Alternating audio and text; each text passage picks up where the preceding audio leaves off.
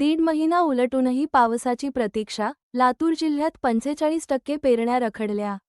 लातूर जिल्ह्यात अपेक्षित पावसाअभावी खरीप हंगामातील पेरण्या मोठ्या प्रमाणावर खोळंबल्या आहेत. आतापर्यंत केवळ सुमारे 55% क्षेत्रावर पेरणी झाली असून 45% क्षेत्र अद्याप पेरणीविना आहे. जिल्ह्यात आतापर्यंत 122.4 मिलीमीटर पावसाची नोंद झाली असून समाधानकारक पावसाची प्रतीक्षा कायम आहे.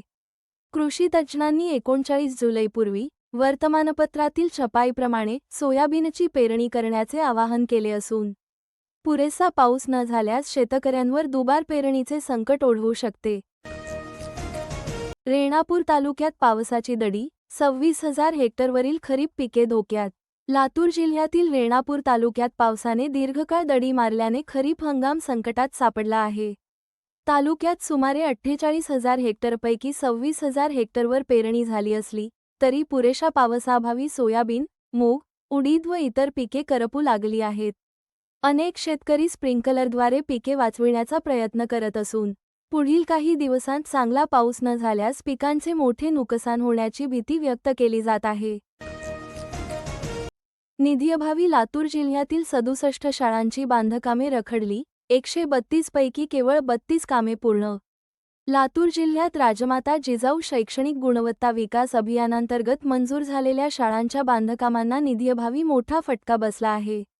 132 मंजूर कामांपैकी केवळ 32 कामे पूर्ण झाली असून 67 कामे अद्याप सुरूही झालेली नाहीत. उर्वरित कामे अपूर्ण अवस्थेत असल्याने विद्यार्थ्यांना सुरक्षित व आधुनिक शैक्षणिक सुविधा मिळण्यास विलंब होत आहे. प्रलंबित निधी तातडीने उपलब्ध करून देण्याची मागणी होत आहे.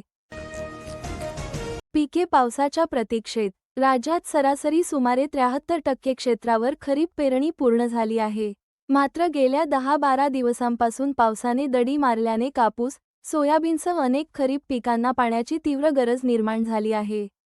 विशेषतः विदर्भ, मराठवाडा, अहिल्यानगर, सोलापूर, सांगली आणि सातारा भागातील सुमारे 80 लाख हेक्टरवरील पिके पावसाच्या प्रतीक्षेत असून लवकर पाऊस न झाल्यास पिकांच्या वाढीवर परिणाम होण्याची शक्यता व्यक्त केली जात आहे. सोयाबीन लागवड 90%वर, 100 लाख हेक्टरवर पेरणी. देशभरात यंदा सुमारे 100 लाख हेक्टर क्षेत्रावर सोयाबीनची पेरणी झाली असून एकूण लागवड सुमारे 90%पर्यंत पूर्ण झाली आहे. महाराष्ट्रातही मोठ्या प्रमाणावर पेरणी पूर्ण झाली असून सुरुवातीच्या पावसामुळे पिकांची स्थिती समाधानकारक आहे. पुढील काळात चांगला पाऊस झाल्यास सोयाबीन उत्पादन वाढण्याची शक्यता व्यक्त करण्यात आली आहे. तसेच पावसातील खंडामुळे काही भागांत पिकांवर परिणाम होऊ शकतो, त्यामुळे शेतकऱ्यांनी नियमित निरीक्षण करून आवश्यक उपाययोजना करण्याचे आवाहन करण्यात आले आहे. सोयाबीन दुबार पेरणीसाठी सरकार शेतकऱ्यांना मदत करणार.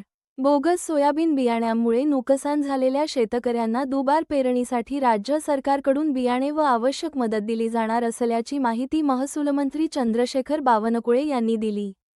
तसेच संबंधित बियाणे कंपन्यांवर कठोर कारवाई, विक्रीवर बंदी आणि नुकसानग्रस्त शेतकऱ्यांच्या हिताचे संरक्षण करण्यासाठी आवश्यक पावले उचलण्याचा निर्णय सरकारने घेतला आहे.